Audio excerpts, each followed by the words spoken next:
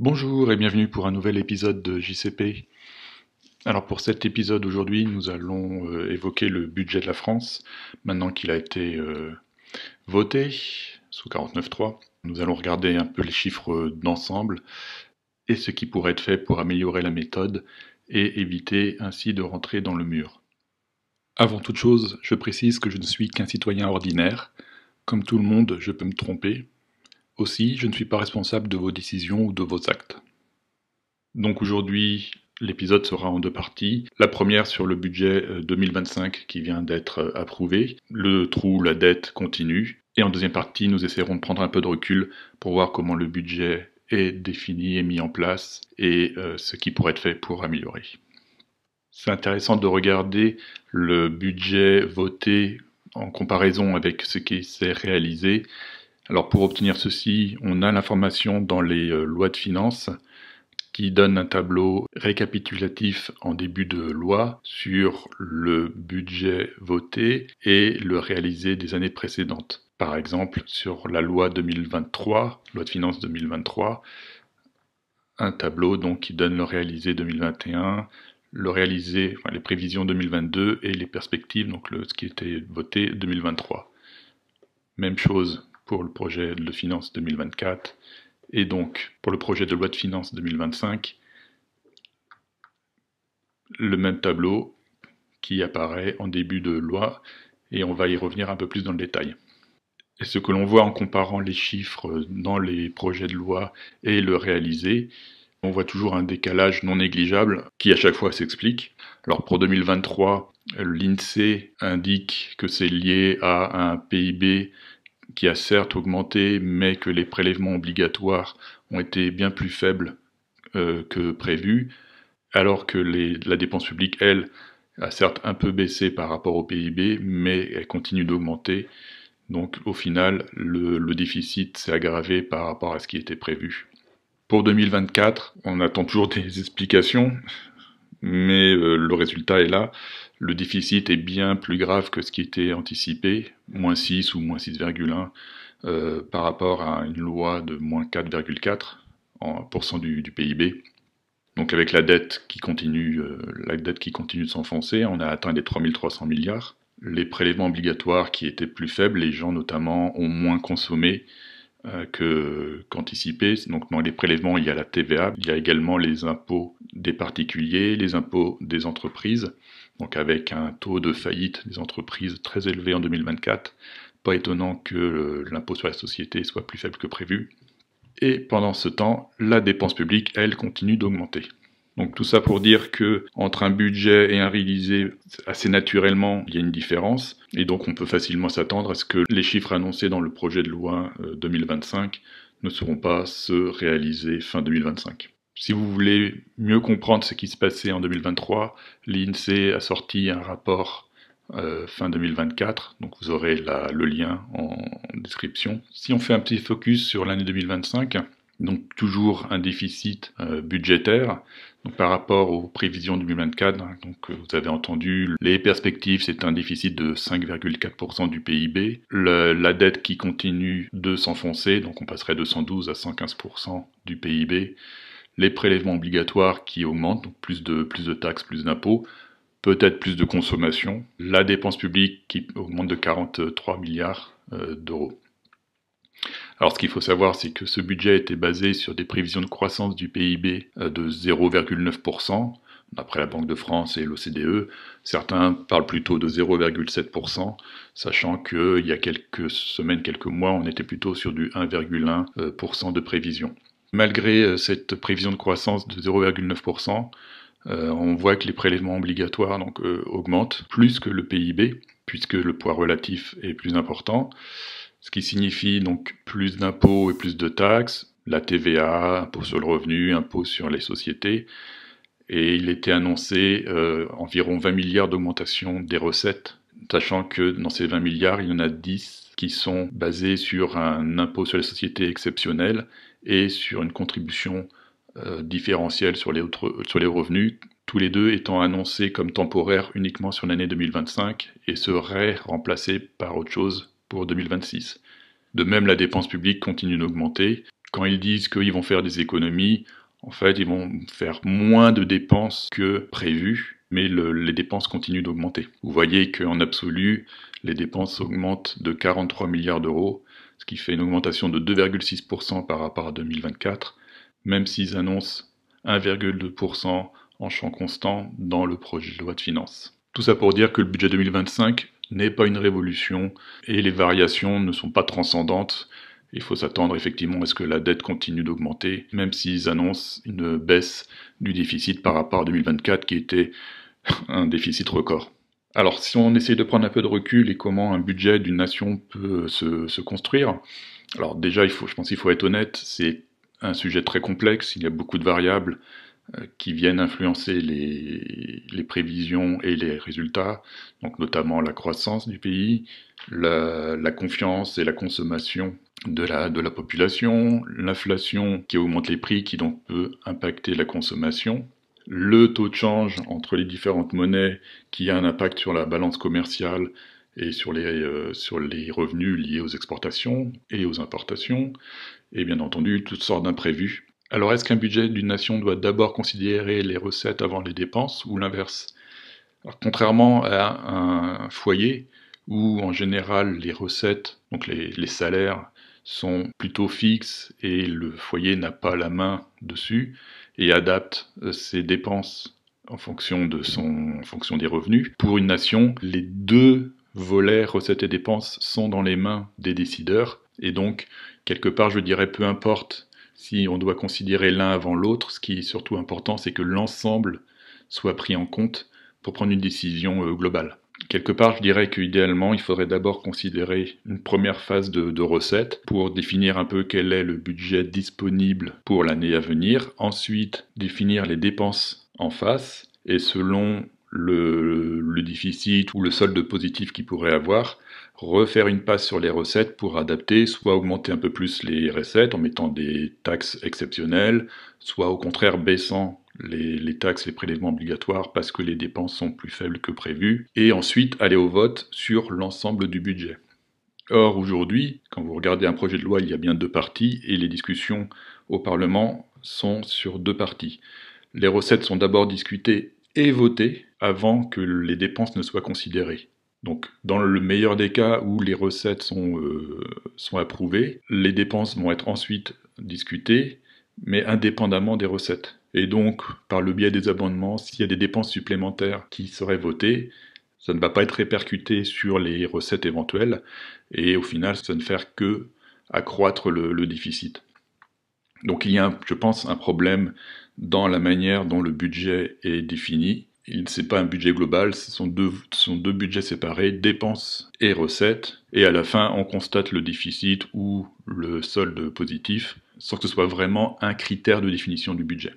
Et ce qu'il faut savoir en plus dans les aspects financiers d'une nation, lorsqu'il y a un projet de loi en cours d'année, donc autre que le projet de loi de finances qui est proposé par des parlementaires, et que ce projet de loi induirait des dépenses supplémentaires, très fréquemment, si ce n'est systématiquement, elles sont compensées par une taxe additionnelle à l'accise sur les tabacs.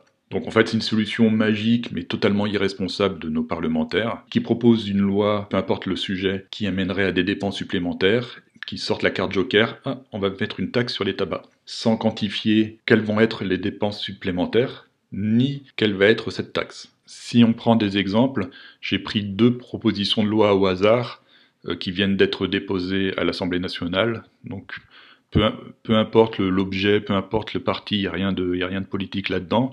Mais quand vous regardez en fait le projet de loi avec les articles, le dernier article, donc la charge pour les collectivités territoriales est compensée par l'État, et pour cela, donc il y a création d'une taxe additionnelle à l'accise sur les tabacs prévue au chapitre blablabla.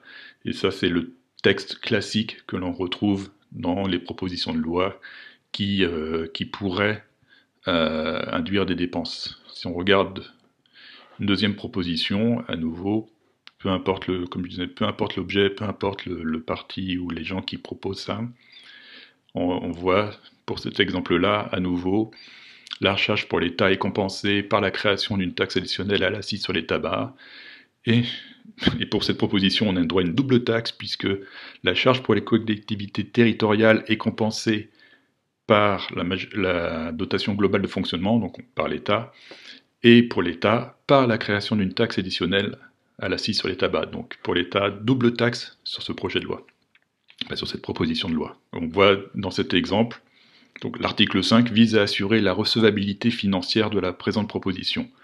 Elle n'est pas là pour assurer la viabilité financière de la proposition, elle est juste là pour faire en sorte que la proposition est recevable parce qu'il est prévu de taxer encore plus le tabac. Donc toutes les dépenses additionnelles qui vont être votées en cours d'année vont se répercuter sur le budget, sur le réalisé, et ne va faire qu'aggraver le déficit qu'on va constater fin 2025, puisque cette fameuse taxe sur le tabac ne sera pas mise en place, et il n'y aura pas de recettes en face. Pour le budget 2025 qui vient d'être approuvé, on voit qu'il n'y a vraiment rien de structurel dans les décisions, des recettes supplémentaires avec des taxes, dont je rappelle 10 milliards sont non récurrents, donc ça veut dire qu'en 2026, ces 10 milliards vont devoir être remplacés par d'autres taxes pour refaire ces 10 milliards, plus les éventuelles recettes supplémentaires qui vont être définies en 2026. De même, des dépenses qui sont en hausse, certes moindres que le fameux tendanciel, puisqu'en fait ils réfléchissent en tendanciel sur plusieurs années et non pas année après année, mais au final les dépenses continuent d'augmenter, mais ces coupes de dépenses étaient non ciblées avec le fameux coup de rabot. Donc pour 2026, alors à moins d'un vrai changement de philosophie entre-temps, il faut s'attendre à ce que la même méthode soit utilisée avec une hausse des recettes et une hausse des dépenses. Et donc pour les recettes, on peut facilement imaginer qu'ils vont utiliser ce qui a été envisagé cette année mais refusé, donc l'augmentation du PFU, l'impôt sur la fortune improductive, et que sais-je encore. Donc même s'il y a une dissolution de l'Assemblée cet été, vu la situation, il est quand même peu probable qu'on ait une majorité ou une coalition forte, que ce soit absolue ou relative, qui permettrait d'avoir des décisions plus franches, et on va continuer certainement à avoir un budget qui sera une somme de compromis et de petites décisions à droite à gauche pour faire plaisir à chacun et éviter la censure. De même, les sénatoriales ne sont prévues qu'en septembre 2026, après les municipales. La situation politique ne devrait pas vraiment changer pour les mois qui viennent.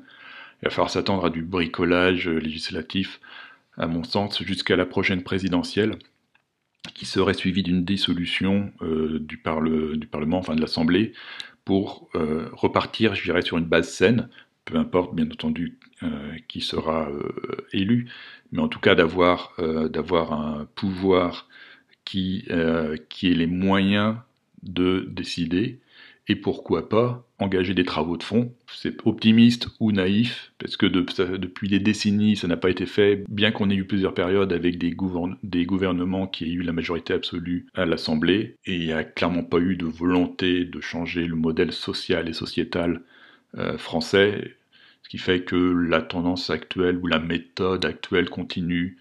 Petit à petit, on creuse le trou, peu importe la dette, elle augmente tous les ans un petit peu, actuellement 150 à 170 milliards, mais tout va bien. Quelque part, le problème, c'est cette instabilité fiscale. Tous les ans, les règles du jeu changent, avec des impôts, des taxes qui varient, un peu plus d'un côté, un peu moins de l'autre. Si on se met à la place aussi bien des particuliers que des entreprises, comment investir, comment avoir une perspective pour l'avenir si les règles du jeu changent en permanence? Clairement, il y a une perte de confiance, ce qui fait que le pays fonctionne au ralenti, et on voit que le taux d'épargne des Français augmente. Alors si on cherche vraiment à réduire la dette, qui est actuellement d'environ 3300 milliards d'euros, ça voudrait dire arriver à un exercice positif, sachant qu'il est déficitaire depuis 50 ans, je crois 1974, la dernière fois où le budget a été positif. Actuellement, on est 150 à 170 milliards en négatif, donc il serait à trouver en récurrent pour équilibrer le budget. Alors si on cherche seulement à réduire le poids de la dette par rapport au PIB, qui donc en 2024 serait à peu près à 112%, en 2025 on prévoit 115%. Cela veut dire que la dette augmente moins vite que le PIB du pays. En 2025, il est censé augmenter de 0,9%, ce qui voudrait nécessiter un déficit inférieur à 31 milliards en 2025. Donc autant dire que même cet objectif de déficit, donc d'une trentaine de milliards, est loin d'être atteint. Alors pour mémoire, la règle européenne les fameux 3% de déficit, elle a été définie donc en 1992, donc là donc on a fait 6% en 2024, et on prévoit de faire 5,4% en 2025. Mais il faut savoir que ça a été associé avec un objectif de ratio dette sur PIB à 60%, donc sachant qu'en France on est actuellement à 112%, et avec une croissance annuelle de 5% du PIB.